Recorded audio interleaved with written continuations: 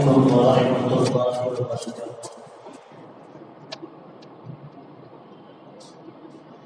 الحمد لله رب العالمين والعاقبة للمتقين والصلاة والسلام على حبيبه محمد وعلى آله وأصحابه الطاهرين الطيبين ما دام ما في السماوات والأرضين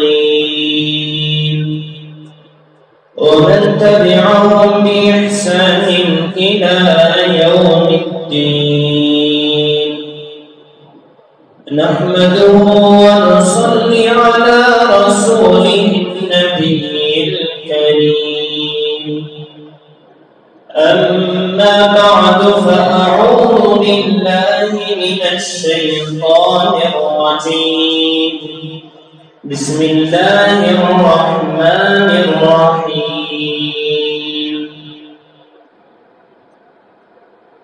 إنا نحن نزلنا الذكر وإنا له لحافظون وقال تعالى في موضع آخر شهر رمضان الذي أنزل فيه القرآن هدى للناس وبينات من الهدى والفرقان وقال النبي صلى الله عليه وسلم عن عمر بن الخطاب رضي الله تعالى عنه قال أن رسول الله صلى الله عليه وسلم إن الله يرفع بهذا الكتاب أقواما ويضع به آخرين. معزز سامعین کرام، بزرگان دین، نوجوانان ملت، شروع کرتا ہوں میں اس عظیم پروردگار عالم کے نام سے جو بڑا مہربان نہایت رحم کرنے والا ہے. درود و سلام ہو اس پیغمبر رحمت پر، اس ہادی اعظم پر، اس شہنشاہ بطحہ نبی یومی عربی صلی اللہ علیہ وسلم پر، جن کے احسانات ہم پر رحمت کے برسات کے زرگاز سے بھی زیادہ برسے پہ برس رہے ہیں اور برسیں گے انشاءاللہ.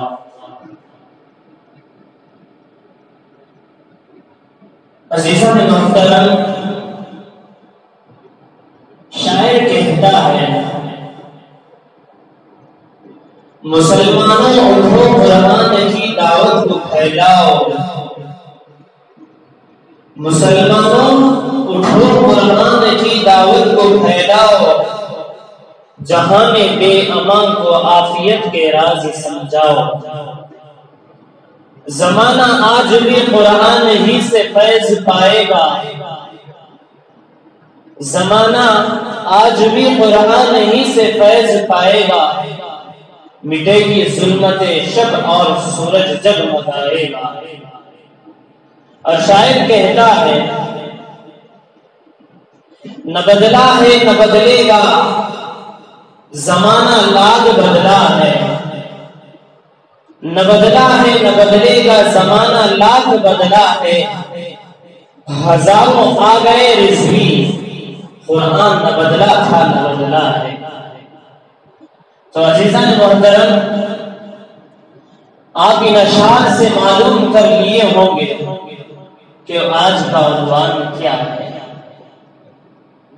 یہ آج کا عنوان اس ماہ کے حساب سے بھی جڑتا ہے اور اصلاحی معاشرے کے حساب سے بھی جڑتا ہے. وہ کیسے؟ وہ اس طرح کہ یہ مبارک عنوان یعنی کلام مجید کا جو عنوان ہے اس تاریخی ایام سے اس لیے جڑتا ہے کیونکہ یہ کلام مجید کا نزول ہونے کا ارادہ اس مبارک مہینے میں یعنی ماہ شعبان میں ہوا،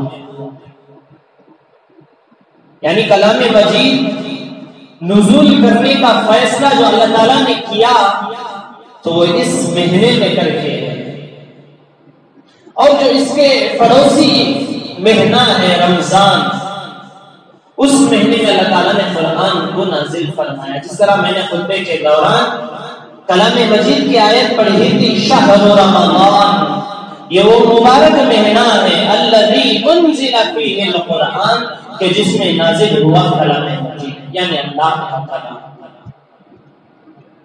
ایک حساب سے یہ ہوا، یعنی تاریخ حساب سے یہ عنوان فکر ہوا۔ اب اسلامی معاشرے کے حساب سے کیسے جڑتا ہے میں آپ کو سمجھاتا ہوں۔ آج مسلمان سب سے زیادہ اگر کسی چیز سے دور ہے، کسی کتاب سے دور ہے، کسی عظیم چیز سے دور ہے، وہ کلام مجید ہے۔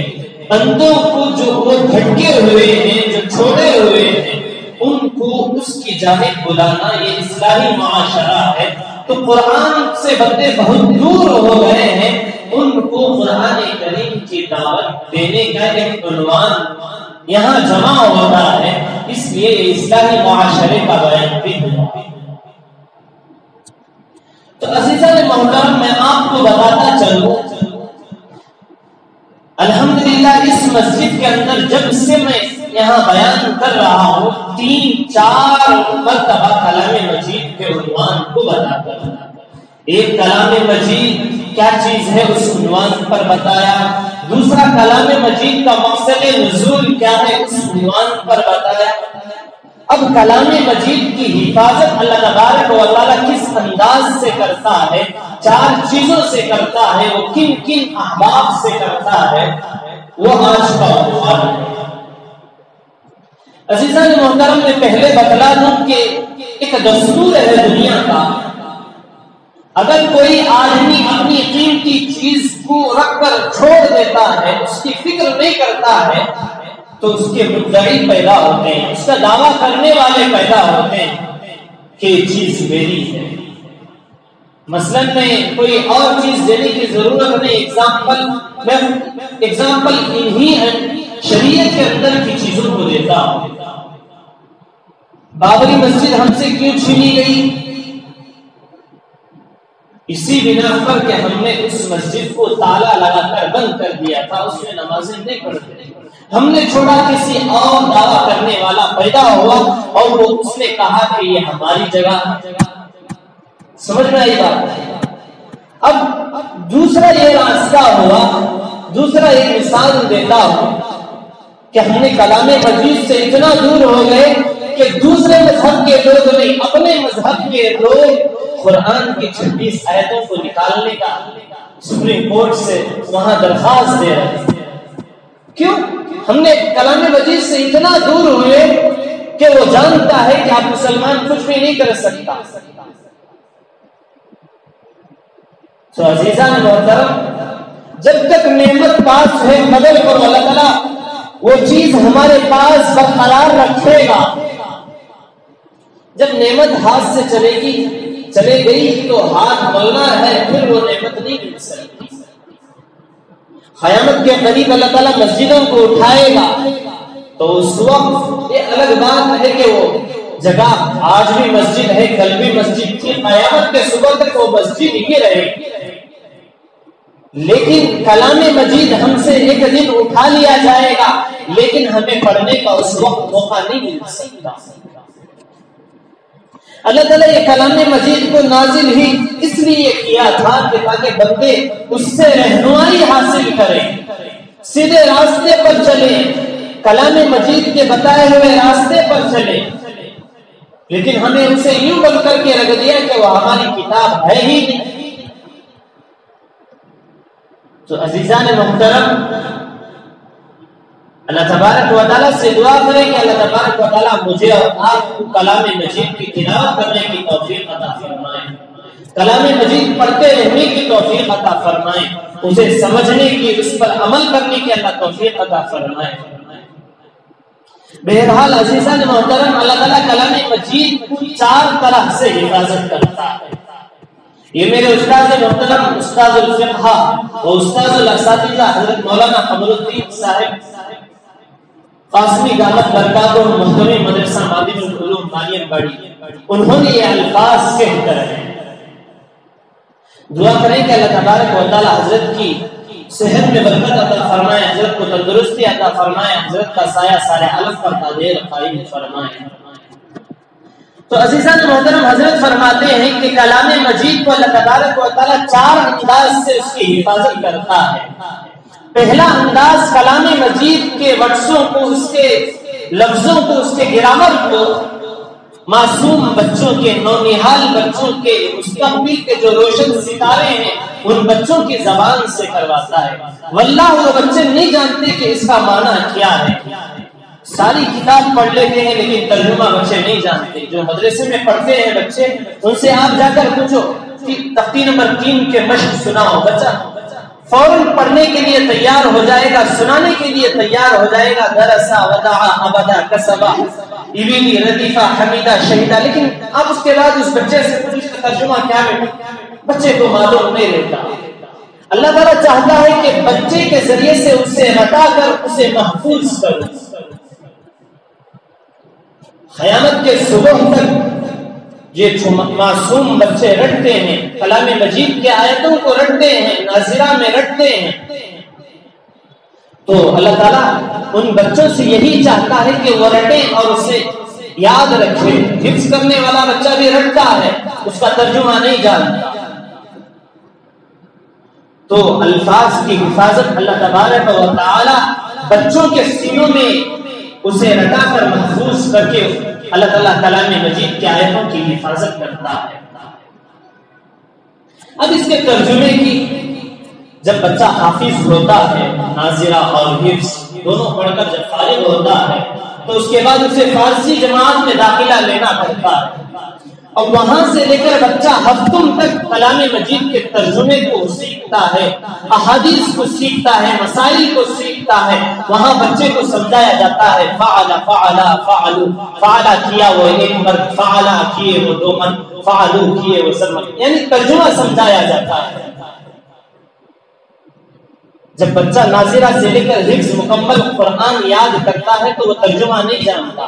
جب عالمیت کی پہلی سیڑھی فارسی سے لے کر حکم تک وہ جب پڑھنا شروع کرتا ہے، یعنی ان درجات میں چلتا ہے، تو وہ ترجمہ جانتا ہے۔ تو مفسرین کرام اور عالم دین سے اللہ تبارک و تعالی قرآن کریم کے ترجمے کی حفاظت کرتا ہے، ان الفاظ کے جو ترجمہ ہوتا ہے اس کی اللہ تعالیٰ حفاظت کرتا ہے۔ ایک الفاظ کی حفاظت معصوم بچوں کے ذریعے سے کرواتا ہے، اور دوسرا کلام مجید کے ترجمے کی حفاظت علماء اور مفسرین کرام کے ذریعے سے کرواتا ہے۔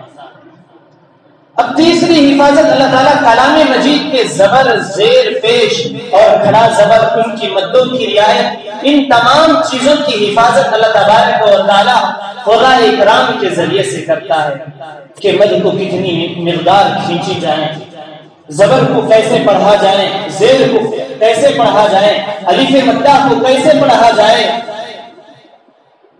تو اس کی حفاظت، تجوید کی حفاظت اللہ تبارک و تعالیٰ قراء اکرام کے ذریعے سے کرواتا ہے۔ اور چوتھی چیز، قرآن کریم کے جو مسئلے ہیں اس سے نکلنے والے فقہاء ہیں، تو اللہ تبارک و تعالیٰ ان کی حفاظت فقیہ، مفتیان اور فاضلین کے ذریعے سے کرواتا ہے۔ کوئی کلام مجید کو مٹانے کی سوچ بھی نہیں سکتا، اللہ تعالیٰ اس انداز سے اس کی حفاظت کر رہا ہے۔ ایک جگہ سے اگر مٹانا چاہے، اگر الفاظ کو مٹانا چاہے تو بچہ کہے گا نہیں بھی تمہیں غلط پڑھ رہے سو۔ میں ایک مرتبہ تراویح سنا رہا تھا، پیچھے ایک آدھا حافظ تھا، کلام مجید کی ایک آیت ہے اسے میں پڑھ رہا تھا، یا ایھا النفس المطمئنہ ترجعی۔ میں قاری ہوں اس لیے جانتا تھا کہ اگر 2 آیتوں کو ملا کر پڑھیں تو کس انداز سے پڑھیں۔ تو میں اس طریقے سے پڑھ رہا تھا، پیچھے ایک بچہ تھا، صرف وہ رٹ کر یاد رکھا تھا، اس نے کہا حضرت میں غلط پڑھا۔ پوچھا کیا بیٹا غلط؟ تو اس بچے نے کہا حضرت یا ایھا النفس المطمئنہ ارجعی الی ربک راضیۃ مرضیہ، ایسا نہ ہے حضرت تمہیں کہیں کو ملا کو پڑھے۔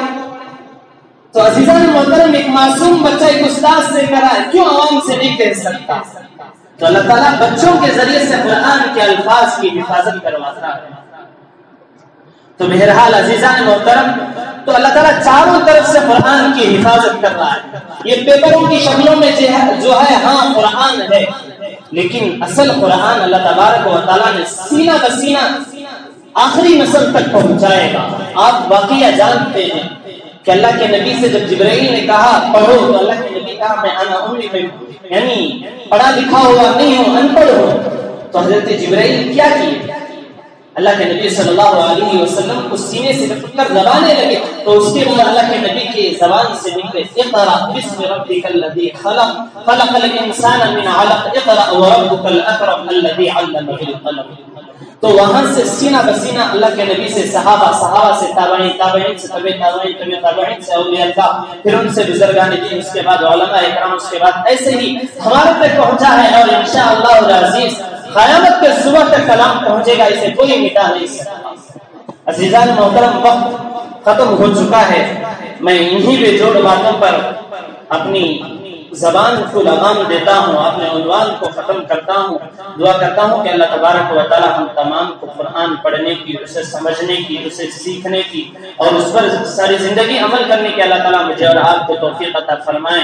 اور دعا کرتا ہوں کہ دنیا میں جتنے بیمار ہیں، پریشان ہیں، بے شادی شدہ ہیں، بے اولاد ہیں، بے مکان ہیں، بے رزق ہیں، دنیا میں جتنی قسم سے لوگ پریشان ہیں، اللہ تبارک و تعالیٰ سب کی پریشانیوں کو دور فرمائے، سب کی نیک جائز مرادوں کو اللہ پوری فرمائے۔